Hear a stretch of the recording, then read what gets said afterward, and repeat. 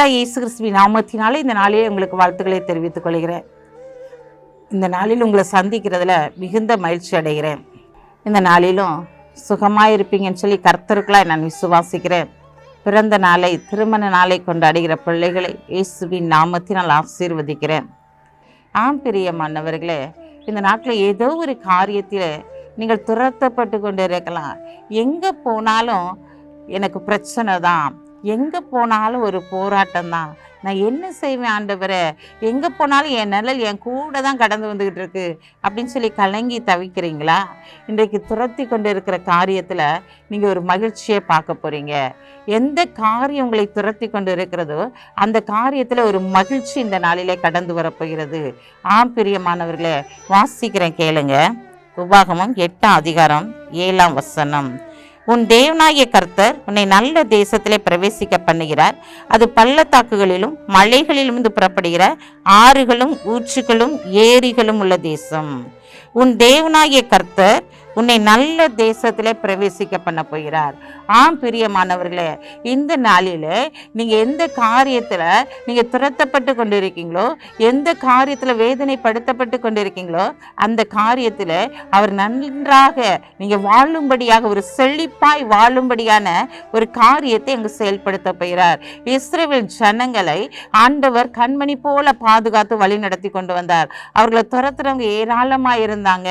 பார்வன் துரத்துனா இந்த நாட்களில் மற்ற ராஜாக்கள் அவர்களை என்ன செஞ்சாங்க? துரத்தி கொண்டு இருந்தாங்க.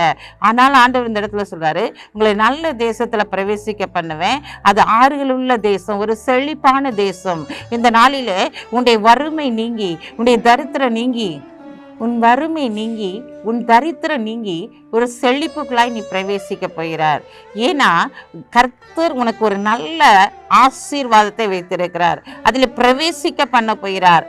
பிரியமானவர்களே, உன்னுடைய தரித்திர நிலமா மாறப்போகுது, உன் கஷ்டமான சூழ்நிலை மாறப்போகிறது, உன் வேதனைகள், உன் துக்கங்கள்லாம் மாறப்போகிறது.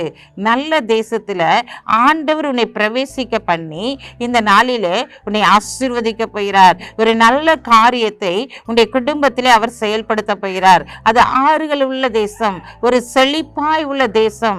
இந்த நாளில அப்படி உன் குடும்பத்தை ஒரு செழிப்புள்ளதாய் ஆண்டவர் மாற்றப் போகிறார்.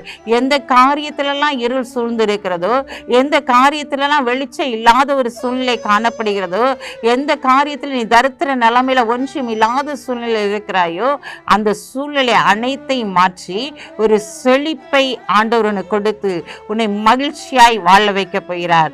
அப்படிப்பட்ட காரியத்தை இஸ்ரவேல் ஜனங்களுக்கு செய்தவர் இன்றைக்கு உன்னுடைய வாழ்க்கையில செய்யும்படியாய் அவர் கடந்து வந்திருக்கிறார். ஏன் கலங்குறீங்க? ஏன் திகைக்கிறீங்க? இது எப்படி ஆகுமோ, இது எப்படி நடக்குமோ அப்படின்னு சொல்லி துக்கத்தோட இருக்கீங்களா?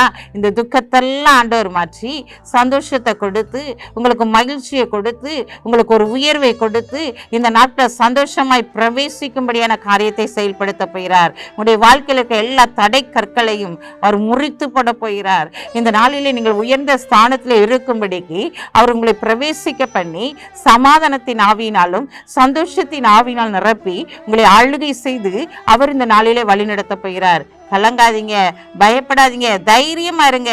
இந்த நாட்டில் திருமண காரியத்துக்குலாம் பிரவேசிக்க போறீங்க, தைரியமா நீங்க பிரவேசிங்க. இன்றைக்கு நான் ஒரு தொழிலை தொடங்க போறேன் ஆண்டவரே, ஆனாலும் மனசுக்கு ஒரு பயமா இருக்குன்னு சொல்லலாம், தைரியமா பிரவேசிங்க. இந்த நாள்ல இருந்து உங்களுக்கு ஒரு நல்ல காலம் பிறந்து விட்டது. நீங்க தொட்டதெல்லாம் துளங்குகிற ஒரு காலத்துக்குலாம் நீங்க பிரவேசித்திருக்கீங்க. பயப்படாதீங்க, தைரியமா இந்த நாள்ல சிங்கத்தை போல தைரியமா உங்க காரியத்தை செய்யுங்க. கர்த்தர் உங்க கூட இருந்து ஒரு பெரிய ஆசீர்வாதத்தை கொடுப்பார். கண்களை முடிச்சு ஜெபிப்போம்.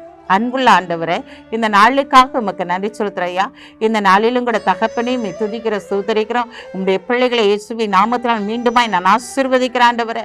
இந்த நாட்கள் நல்ல காரியங்கள் உங்களுடைய பிள்ளைகளுடைய குடார்த்திகளாய் நடைபெற போகிறதையா, அவர்கள் கைடிச்சிற பிரயாசங்களில் நடைபெற போகிறதையா, ஒரு மகிழ்ச்சி உங்களுடைய குடும்பத்திற்காய் கடந்து வர போகிறதையா. எப்போது பார்த்தாலும் வேதனை துக்கத்தோடு இருந்த குடும்பங்களில ஒரு மன மகிழ்ச்சி இப்போது கடந்து வர போகிறதையா. இவர்களை திரட்டி கொண்டிருந்த கடன் பாரங்கள், வியாதிகள், வியாதிகள் ஆண்டவரே, தரித்திரங்கள் ஆண்டவரே, வறுமைகள் எல்லாம் மாறி போக போகிறது ஆண்டவரே. அதற்காய் மக்கள் நன்றி செலுத்துற ஆண்டவரே. இந்த நாள்ல பிறந்த நாளை, திரும்ப நாளை கொண்டாடுகிற பிள்ளைகளை ஆண்டவரே நீர் ஆசீர்வதிக்கும்படியாய் செபிக்கிறேன் ஏசப்பா. இந்த நாள்ல தகப்பனே அப்பா, உங்களுடைய கரம் அவர்களோடு கூட இருக்கும்படியாய் செபிக்கிறேன் ஏசப்பா. இந்த நாள்ல ஆண்டவரே ஒத்தாசையை அனுப்பி அவர்களுக்கு உதவி வரும் கண்மலையா இருந்து அவர்களை நீர் கனப்படுத்தும்படியாய் செபிக்கிறோம். உங்க நாமம் மட்டும் மேம்படுத்தும். இயேசுவின் நாமத்தில் செபிக்கிற நல்ல பிதாவே, ஆமென்.